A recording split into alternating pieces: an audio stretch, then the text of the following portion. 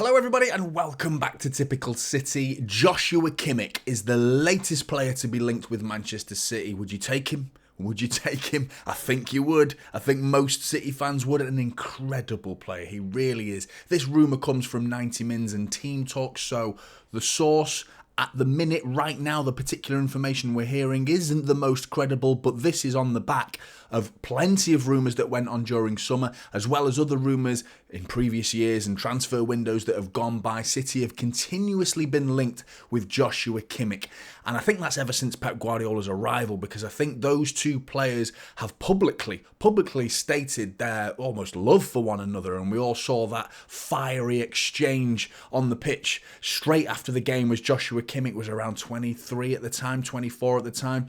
And Pep Guardiola sprints onto the pitch and grabs Joshua Kimmich immediately after the final whistle. We don't know what he's saying, but he grabs his skull and he's just like shaking him and like trying to absorb what I have to say, Joshua, trying to get his point across. And Joshua Kimmich is just stood there like, yes, boss, yes, boss, yes, boss, taking it all on the chin, listening and learning, and he loves that. And Joshua Kimmich has openly come out and said he's got a passionate love for Pep Guardiola because the two just have this obsession for the game.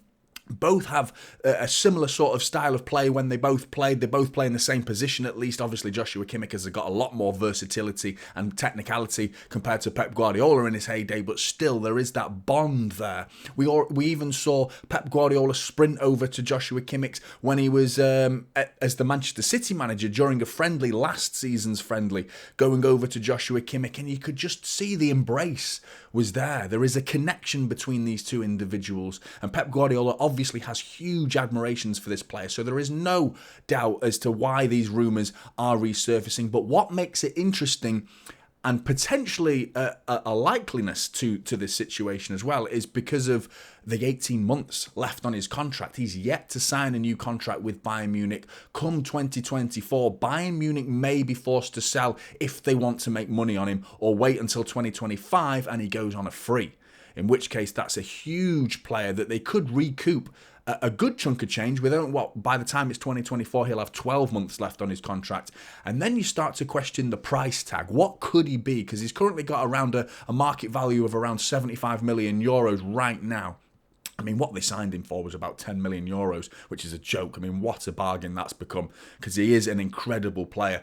But Kimmich simplified understanding of Pep Guardiola's football. When we all saw what he was doing with Joshua Kimmich, I think a lot of City fans were looking, football fans rather, not City fans, football fans were looking at Pep Guardiola's style of football at Barcelona and how it was just all very focused on Messi and the tiki-taka football. At Bayern Munich, we saw a little bit more of a tactician rather than just flair football that's just keeping the ball in possession base, moving the chess pieces on the board. And I think Joshua Kimmich was a key part of that plan that Pep Guardiola had, and seeing him revert from a fullback into a central midfielder was arguably one of the first times we've seen that happen with a player of that calibre doing a different role and of such a versatile role.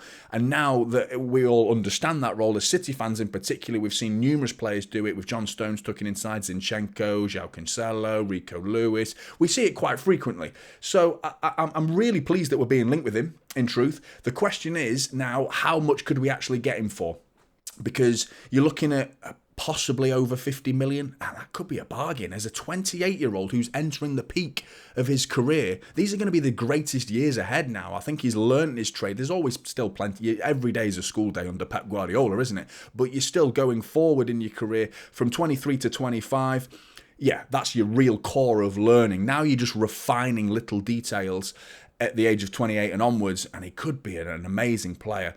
50 million, I would say, would be a fair price, with 1 year left on his contract as well. 1 year left on his contract. So, the Bayern Munich, we can twist our arm a little bit potentially and maybe get him on a decent deal, considering we know that he could go on a free 1 year later. And it's a case of, do you want the 50 million now, or do you want nothing in a year for the player? And that's where the City argument could come in and get a decent deal.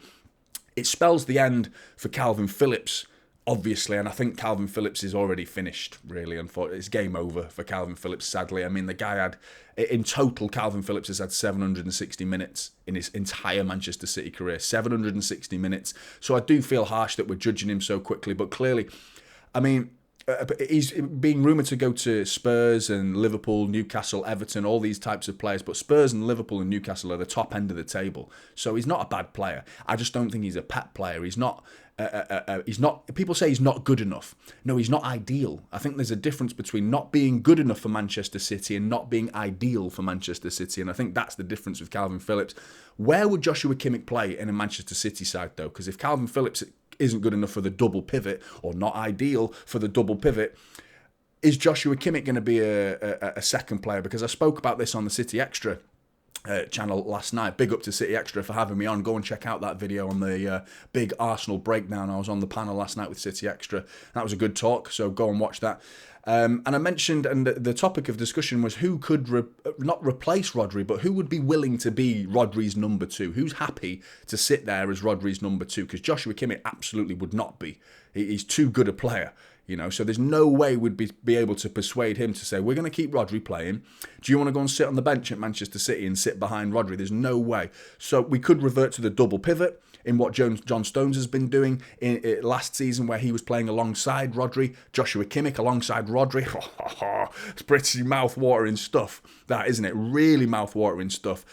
He can also play fullback. He can play central midfield. So that's like Kovacic's role almost. And then you start to question, why did we sign Kovacic? Because we need someone now. Obviously, that's why. But Joshua Kimmich would put Kovacic and Nunez's position potentially under threat. I don't think he put Rodri under threat. I think Rodri's cemented that position as his own. Certainly for the next 4 or 5 years, I can't see him being usurped in any time soon. And Joshua Kimmich, as good as he is, I still don't think he's going to do what Rodri does. He's a slightly different type of defensive midfielder, a lot more technical, and which is what I want to do now, bring up the stats. So let's have a look at, this is going to be last season's stats, the full season of Joshua Kimmich last season. His attacking stats first that you can see right now. 47 appearances, 4,051 minutes, which is to say Rodri was in that amount of minutes, which is incredible. Good sign for injury records as well, keeping him fit. 7 goals, 11 assists from defensive midfield. Incredible numbers. Key passes per game, 3 per game, which is really good. And dispossessed less than once per game. Amazing stats for a possession-based defensive midfielder. Now on the defensive side of the game, can he do the dirty work? He absolutely can. 2.3 tackles per game, good. Errors leading to a goal per shot over the course of the season. That's the whole season. Incredible. He only took twice, and that's a shot, by the way. Neither of those were goals. They were shots that the opposition received due to an error. A Joshua Kimmich error led to 2 shots over the course of a season. That's amazing. It really is. And 1.7 interceptions per game and 1.1 clearances per game. Now onto this season, obviously a lot less time to go off, but he's arguably getting better. 11 appearances, 907 minutes so far. 0 goals yet, but 5 assists already. 5 assists, 3 key passes per game. He's been dispossessed 0.1 more than he was last season. So, he's shit now. He's lost it, Joshua. No, clearly not. An incredible player. Defensive stats, 2.3 tackles, the same as last season. No errors leading to goals yet. 1 interception per game and 0.4 clearances per game. He absolutely fits the bill. And it is that connection. If you haven't already, go and type in Pep Guardiola, Joshua Kimmich. You just need to type in those 2 words on YouTube and watch the top 3 or 4 videos, and you'll see their relationship. There's an interview with Pep Guardiola where he speaks in German with the subtitles, so you'll understand it in English if you don't speak German, where he just goes into how much he just loves Joshua Kimmich and how much he wants to learn. And I mean, you can see their relationship. It's there for all to see. It really is. And I think there's an indication that there is a connection between these 2 players. And could Pep Guardiola really push the board, Cheeky Bergenstein and Ferran Soriano, could he be poking them saying, go and get me Joshua Kimmich this summer coming up. Get him. I want him. He's mine. I need him. I need this player. Because it would be an incredible signing, and one that would just transform Manchester City and take us to a level that I'm not sure anyone's seen yet. I think people were hoping Jude Bellingham would be coming in at Manchester City, and that would almost be unfair on the rest of the world. It would be the most one-sided football world we'd ever see, with Manchester City at the top and everyone else beneath us with Jude Bellingham in that side. But Joshua Kimmich could take us close.